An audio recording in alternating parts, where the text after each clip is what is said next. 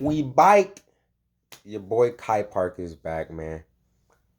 First full weekend of basketball is back after the All-Star break. It's the Monday right after. I am excited to finally have basketball back in my life because that All-Star break was treacherous, man. That All-Star break felt like hell. But we finally back. Okay, there it is. We finally back. I'm glad to be back. First week of All-Star break. And let's get straight into it, man. Let's talk about some basketball. Let's talk about my Philadelphia 76ers smoking the league. Embiid, Harden, and Maxey, we running the league, man. It's over. What they calling them on Twitter? The fouling cartel? Huh? Eh? Y'all was complaining about Embiid getting fouled, which he was. Now y'all gotta worry about Harden getting fouled, which he is. You know what I'm saying? You know what I'm saying? Let's get into the games. First game back with the Timberwolves. First game back with the Sixers was against the Timberwolves at Minnesota, wherever their arena is. I don't know what it's called. Whatever their arena is. We smacked them boys up and down the court. Up and down the court, man. Defensively, the team, especially James, that's what I like to see, especially James was locked in. They were locked in. Maxey, always been great. Embiid, you already know what we're going to bring with you defensively. Same with Matisse.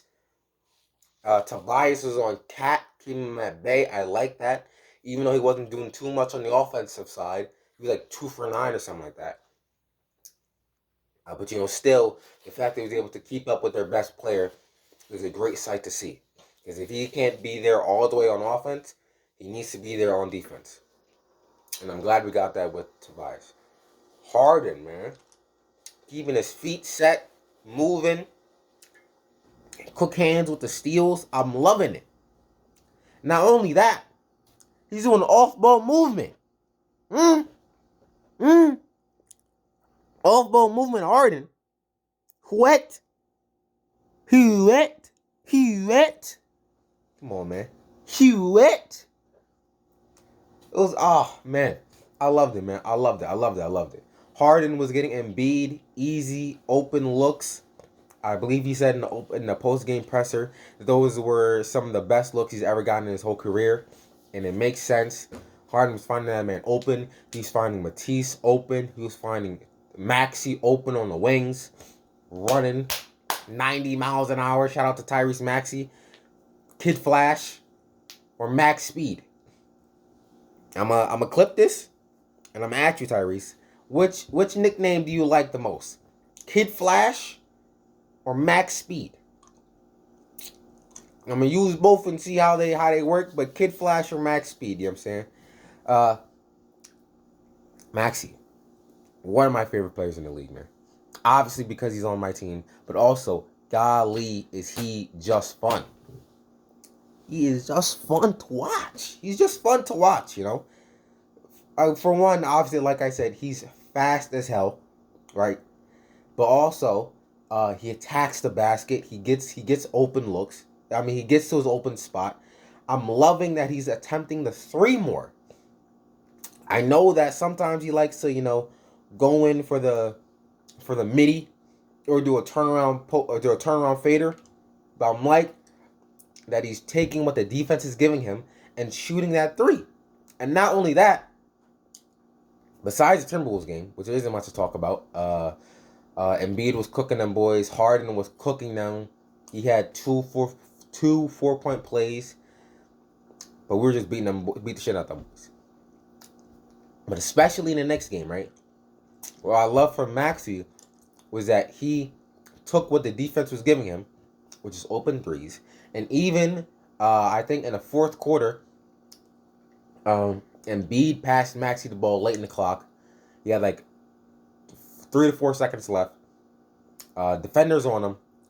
Takes a step back 3. Step back 3 cash. Cash money. Cash money, cash money, cash money, man. I love that. Again, as I was talking about the Knicks game, right? The Knicks game. Embiid and Harden, it was a big story of the night. Embiid and Harden were getting fouled a lot. A whole lot. They were at the free throw line quite a lot. Same with the Knicks. I believe the Knicks were at the free throw line as a team 30 times, 35 times, and the Sixers were there for 45 times. No, 40 times. Because I believe the combined free throws was 75. Obviously, that is a lot. And obviously, that game took a while. But Embiid and Harden were getting fouled, and the Knicks were getting fouled. I don't know what else you want to. They were calling the fouls, man. Now, I will say this: there were two plays in specific that I think should have been called different ways. One was earlier in the first quarter. Embiid tries to, contact layup into Mitchell Robinson to draw some contact. Mitchell hands up straight, and then he keeps his hands on the ball. Not on Embiid's arms, not on his his shoulders, nothing like that. Hands on the ball. They called it a shooting foul. It should have been a jump ball. I will agree. That should have been a jump ball. There was, I believe, a play in the fourth quarter. Embiid's in his usual mid-range spot that he likes to go into on the wing, right? He picks up his dribble, and then he drags his pivot foot. They should have called that a travel. Those are the two calls in specific that I agree with Knicks fans or just fans in general that should have that should have been a travel. Because the Knicks couldn't get any offense going, and they were just fouling and beating Harden all night. So at some point, you gotta throw them a bone. Obviously, the fouls are fouls, but call the travel when you see it, because then it's like the optics look weird and it looks strange. Those are the two calls in specific that should have been called different ways. But besides that, again, we were smacking them bum ass Knicks up and down the court. Who what? They can't fuck with us. They can't fuck with us. The Knicks are bums. The Knicks are bums. Tibbs got them boys, got the vets going 40 minutes for no reason. The season's over. They're still going 40 minutes up and down the court, man. That don't make no sense. RJ Barrett is the best player on the team. I hope that Tibbs treats it as such. Evan Fournier was good. As Evan Fournier is, he did a step back three. I ain't never seen Evan Fournier do that. He did a step back three. Yak. That was nice too. It was nice money. He, dribble handoff threes into the corner, top of the key, on the wing. It's Evan Fournier. He's a shooter. You know how he is. Julius Randle, I don't remember anything about what he did tonight. I'm not gonna lie. I watched that whole game. I watched every single minute of that game. I don't remember a damn thing Julius Randle did the whole night. I think Matisse Thybulle pocketed him a lot. I think, if I remember correctly, Matisse Thybulle got that boy in federal confinement. You know what I'm saying? That's tough. Another great thing I want to talk about this game: Harden defense, man.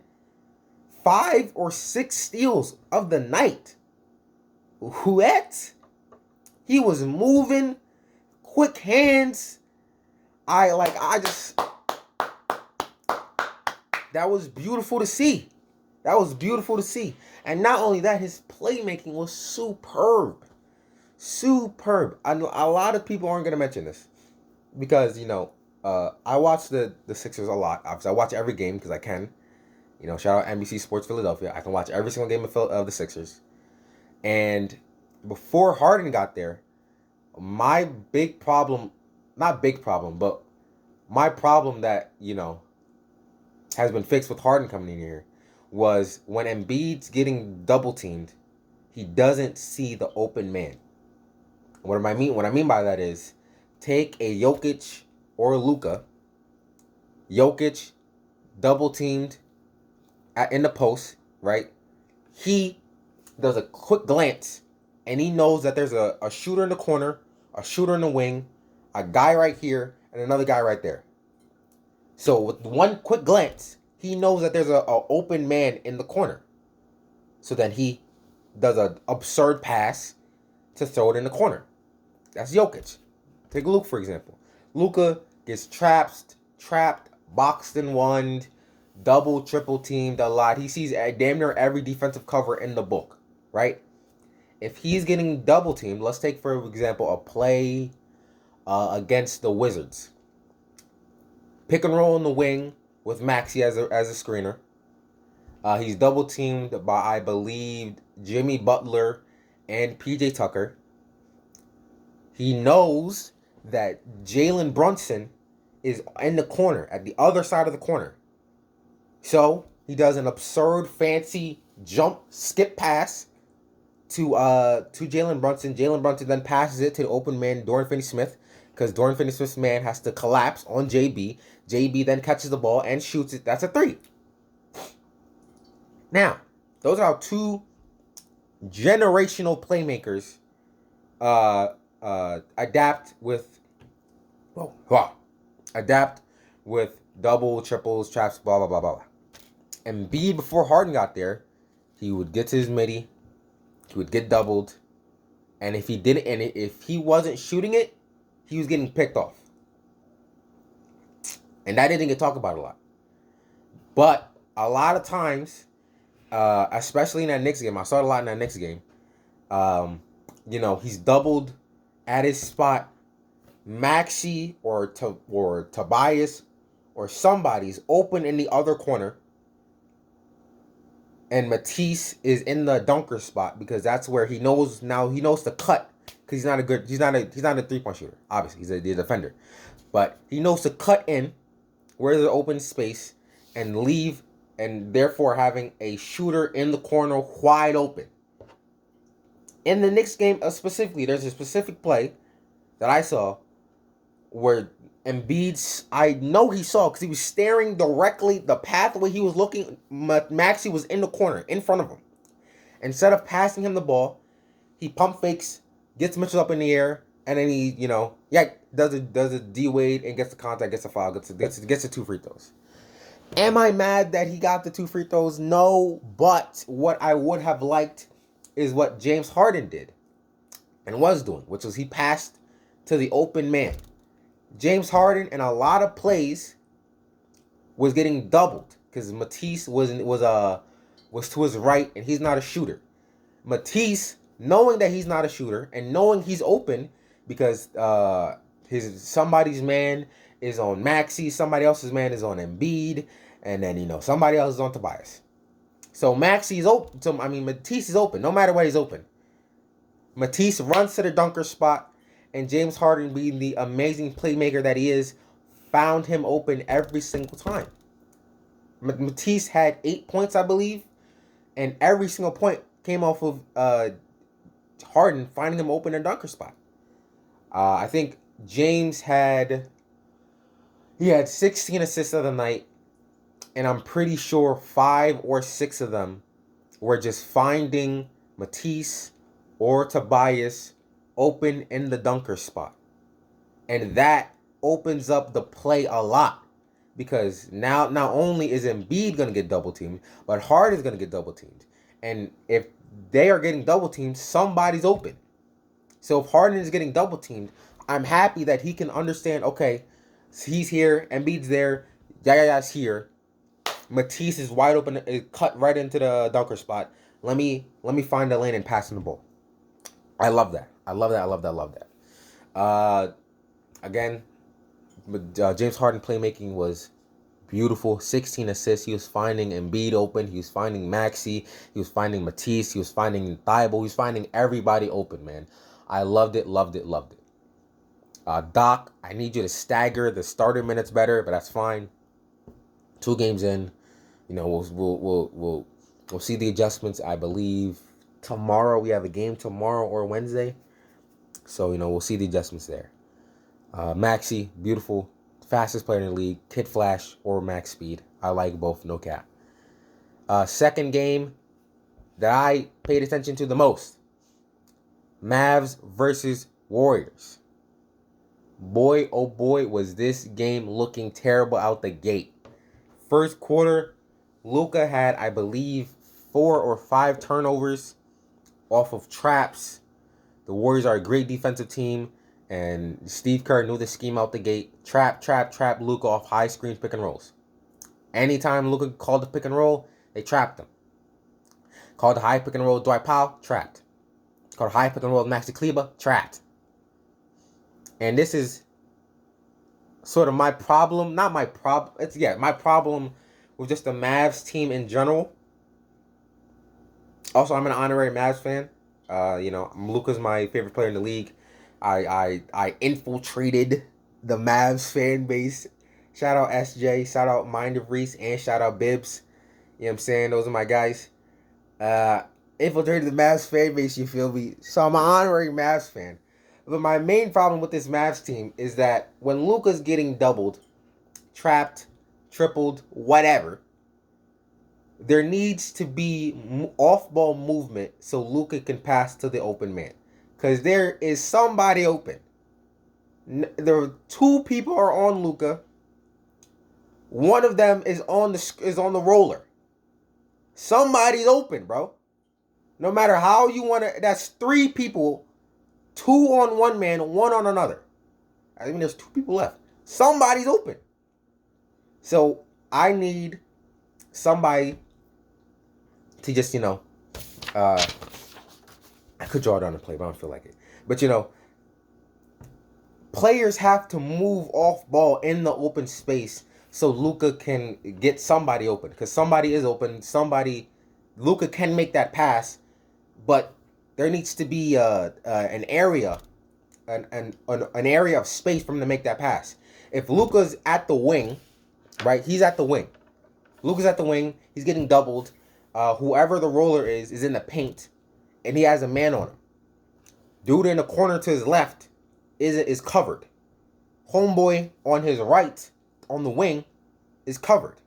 That means homeboy right corner is wide open, but Luka can't make that pass because he has 2 people on him, and there's a guy in the paint. That passing lane is covered. So homeboy, let's just let me see if I can wink, and then wimp, Luka, and then there's two here, and there's a man right here, and there's a man right here. Here is homeboy. I don't know if you can see this. All right, can you see that? Yeah, you can. This is Luka. This is the dude in the corner who has a man on him. That's the screener. That's whoever else. Right? Got a man on him. This dude is open.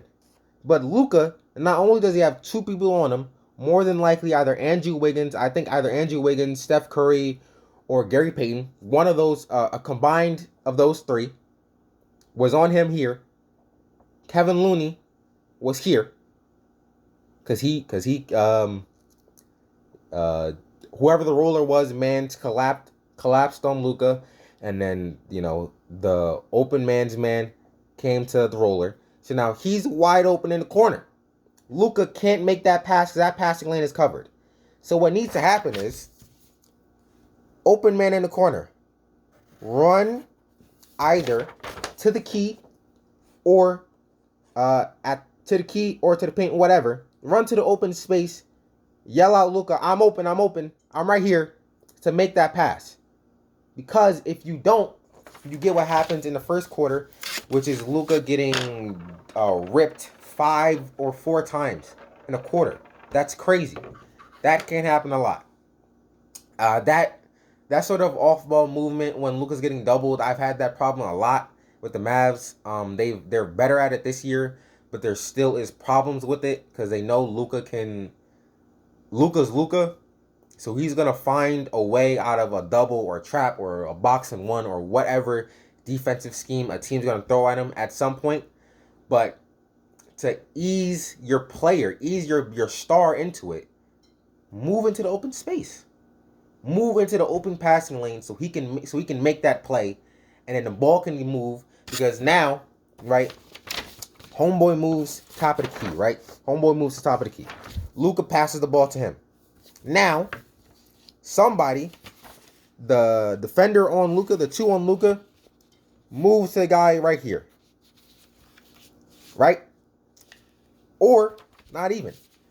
The dude on the guy on the wing right here. Right? His man moves to homeboy in the middle.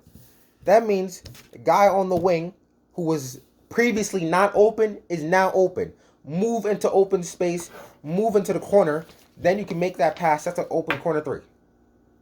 There needs to be off-ball movement when your star player is getting doubled so you can make easy passes into easy shots.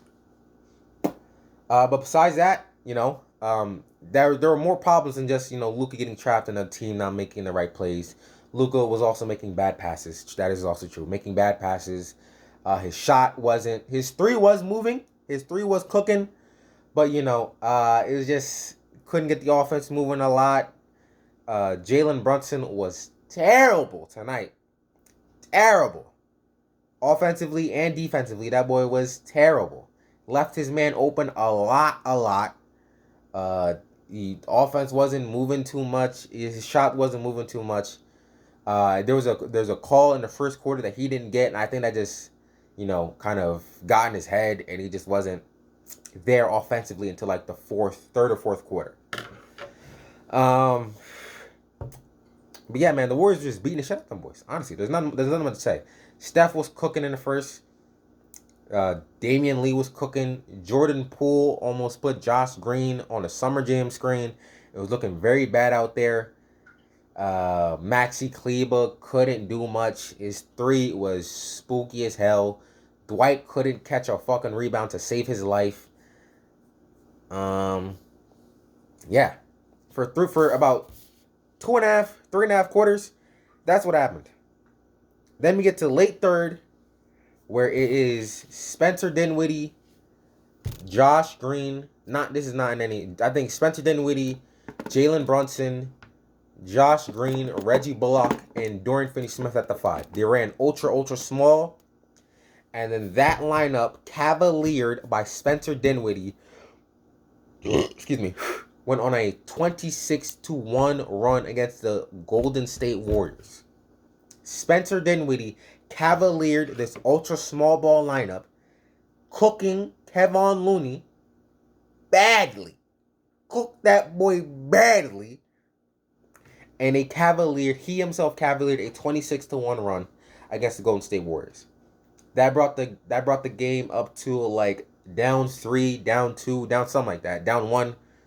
Luka came in the game, and what I loved about Luka is because J Kidd sat him for a long while, damn near all of the third quarter and most of the fourth. Luka was sat on the bench. J Kidd sat him down, made sure his mind was straight, and then Luka came in and said, "You know what? I'm not gonna run the show. I'm not gonna fuck up what we have here. Spencer Dinwiddie, I'm gonna give you the ball. I'm gonna still let you cook," and he did. Luka came in. It was Luka, JB, Spence, Bullock, and Dorian Finney-Smith, I believe. They ran an ultra small ball lineup, and they were cooking the Warriors, man. That was a beautiful comeback to see, especially because not only did Spencer cavalier it, but Luka came in after having an awful game, all things considered, an awful game. He came in smartened up, and then he helped them to win. Shout out to Spencer Dinwiddie. Shout out to Dorian Finney-Smith running the ultra small ball. Shout out to the J Kidd and the coaching staff for understanding the adjustments and keeping to the adjustments. What happened in the Jazz game, they didn't do this game. In the Jazz game, Dinwiddie and Bertans cooking those fucking Mormons. Fourth quarter, he subs them out. They don't see a lick of burn at the end of the fourth quarter when it's a close game, when they were objectively the 2 best players on the Mavs at that point in time. And they should have seen burn, and then if they did, they probably would have won.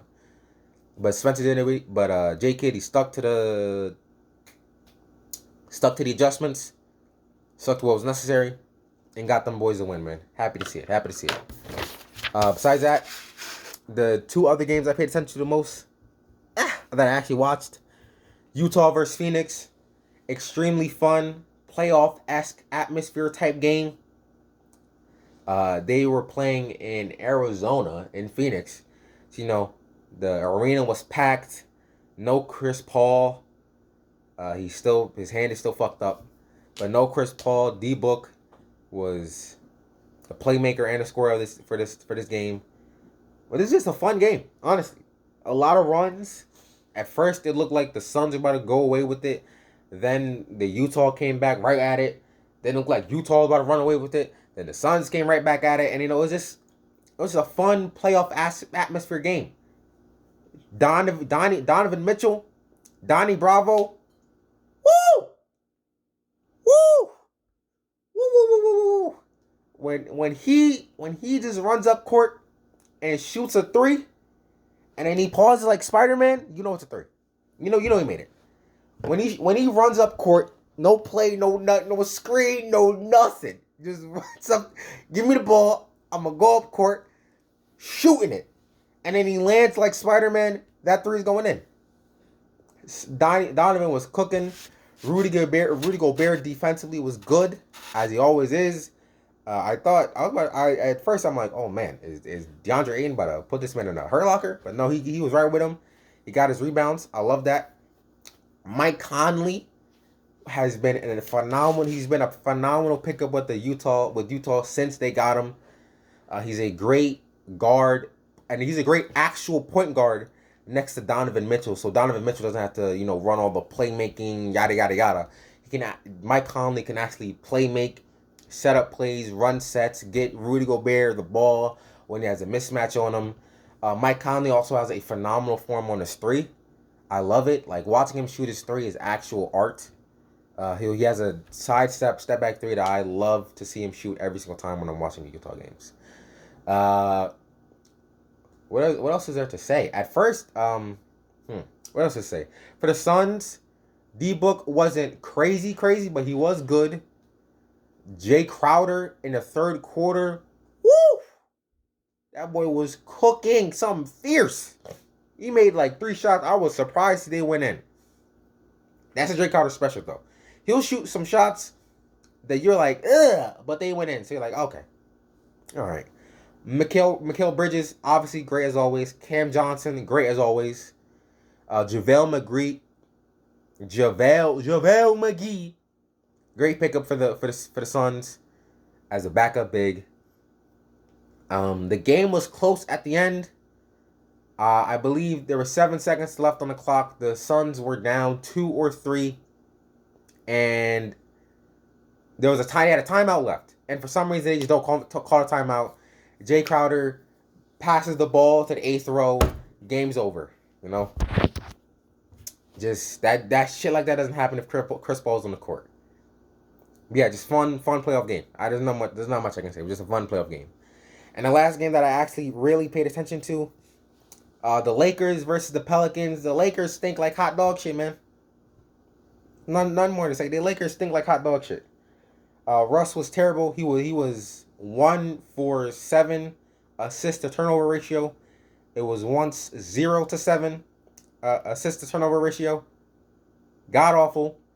LeBron was terrible until he started stat padding in the fourth. You know what I'm saying? No defense. The Lakers can't defend nobody. They can't defend me out there.